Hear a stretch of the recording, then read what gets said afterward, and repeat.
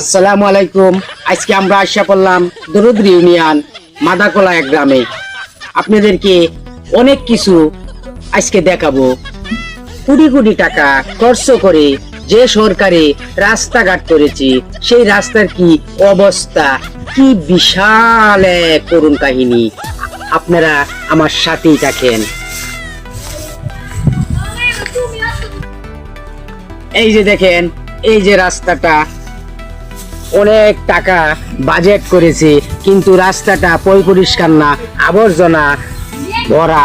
দেখেন, প্রিয় দর্শক ভাইদের কাছে আমার একটা আর্জি, এই রাস্তার মধ্যে আপনারা খের শুকাইবেন, কিন্তু রাস্তাটা সুন্দরভাবে আবার তারপরে পরিষ্কার কইরা এই রাস্তাটারে আপনারা ধুয়ে যাবেন।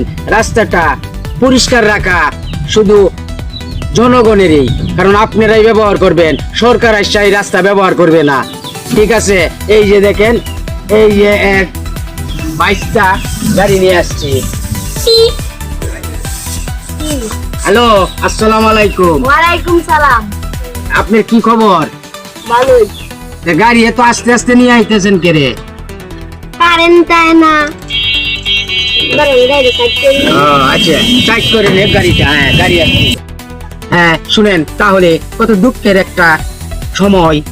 তার মতো ছেলে থাকার কথা মাদাসাত, আর সেই ছেলে এখন অটো চালা, পেটের দায়ী না এই আর্থিক অবস্থা না কোন কারণে, সেটা আমরা দর্শক ভাইয়ের সাথে থাকেন, তারপর মুখের থেকে আমরা কথাটা শুনি।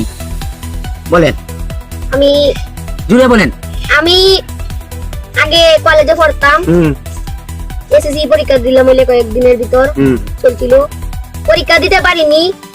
এক হইলো পরিবারিতে অভাব, আরেক হইলো আমাদের ফসল 2 কাঠা জমি নষ্ট হয়ে গেছে, সব পানির তলে ভাইসা গেছে। আর আমাদের কারেন্ট বিল দেওয়া যায় না দীক্ষা, সেই জন্য আমাদের কারেন্টের লাইন কাটা দিয়েছি। ও, লাইন কাটতে পারছি। হ্যাঁ, প্রিয় দর্শকবাসী, আপনাদের কাছে আমার অনুরোধ, আপনারা ভিডিওটা শেয়ার করে দিবেন। আর আরেকটা কথা বলতেছি,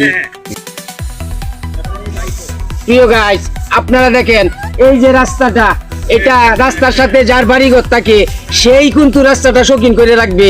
রাস্তাটা অনেক টাকা বাজেট হয়েছে, এবং রাস্তাটা আপনারা খুব শৌখিন করে রাখবেন, রাস্তাটা পরিষ্কার করে রাখবেন, যাতে আমাদের এই বাংলাদেশের এই রাস্তাটাকে, যাতে শহরের মানুষ আইসা যাতে এটাকে আপনার শহরের রাস্তায় মনে করে। আপনারা খেয়ার বন অবশ্যই অতি শীঘ্র শুকাইয়া উঠাই আনবেন, রাস্তাটাকে ঝাড়ু দিয়ে রাখবেন।